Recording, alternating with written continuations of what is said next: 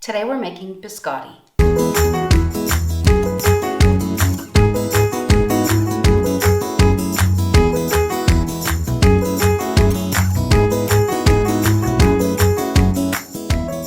Hi everyone, welcome to Black Cat Kitchen. I hope you're doing well.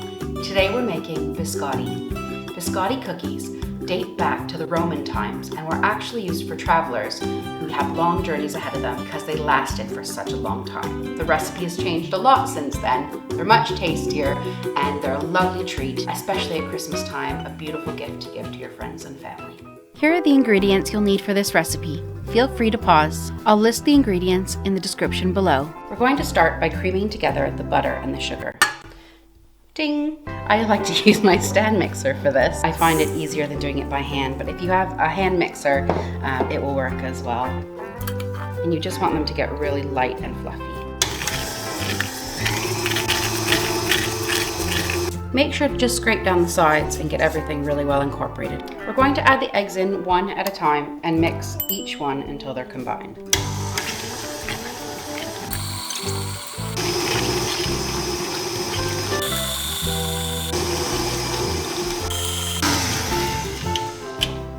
And if it looks a little bit curdly at the moment, that's okay. The flour will sort that out shortly.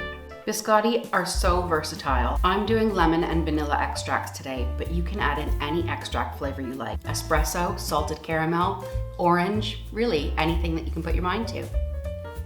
Times. If you fancy them. You can also use zest in this instance if you had some oranges or lemons laying around. Now we're going to mix our dry ingredients. To our flour, we'll add our baking powder and our salt. If you wanted to make a chocolate dough, you could take a few tablespoons of the flour out and add cocoa powder in its place. It's important to take the flour out though. You don't want too much dry in your cookies or they'll become really dry and brittle. Right, that's all mixed together. We can get that into our wets. Just let that all come together and then we'll add in our fillings. So you want your dough to be fairly stiff and not sticky at this point. You can see it's not sticking to my finger at all. It's very stiff dough. So I'm adding cocoa nibs, which have a really strong chocolatey flavor, pistachio, and I like to use the whole nut because I find the profile when you cut the cookies looks really nice, and some dried cranberry. I think they're really festive. You want just about a cup of your mix-ins, and you really want to get it well combined in there. We're going to preheat our oven to 180 degrees Celsius or 350 degrees Fahrenheit.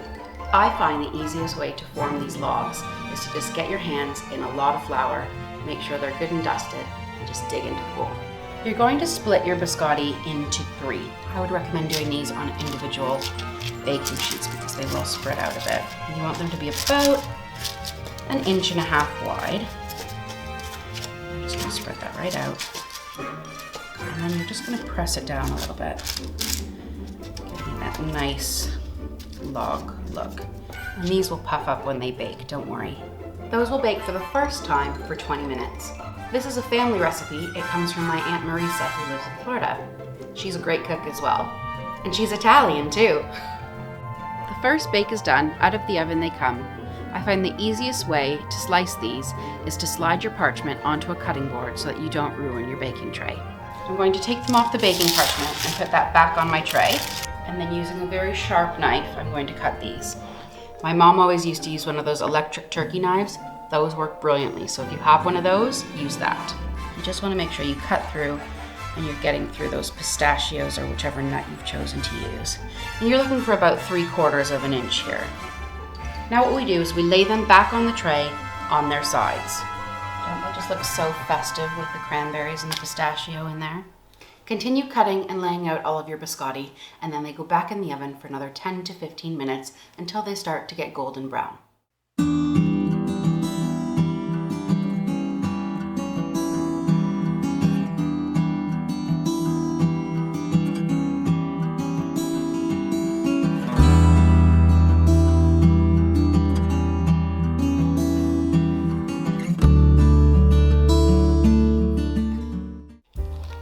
Those look so amazing. If you touch the centers, they're really firm and that's how you know they're done. You don't want any sort of give there. These are traditionally a dunking cookie, so you'll want to have that firmness so they don't fall apart in your drink. If you're going to freeze these cookies, freeze them now before doing any decorating. You can decorate them last minute or just dust them with some powdered sugar and they look so beautiful. Now they really don't need decorating. They are stunning just as they are, but it's Christmas, so let's make them a little bit more festive, shall we? I've melted a little bit of white chocolate here in this bowl, just in the microwave. So if you break up your white chocolate, melt it for 30 seconds at a time and give it a stir in between each time. Make sure once it starts to get runny, you do 10-second increments until you have a nice smooth chocolate. You also have the option of using dark chocolate. When I use dark chocolate with these, I like to dip half of the cookie in the dark chocolate and let it set up. But we're going to do these with a little white chocolate squiggle on top. So I've moved my white chocolate into a piping bag. You can use a plastic kitchen bag, that's fine too. And I've just cut a really fine tip on it.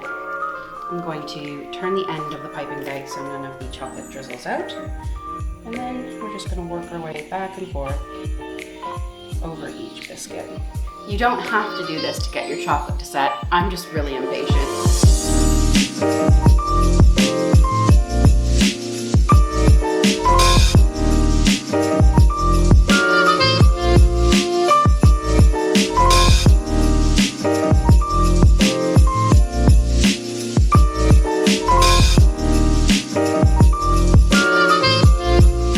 What is a biscotti without a cup of espresso?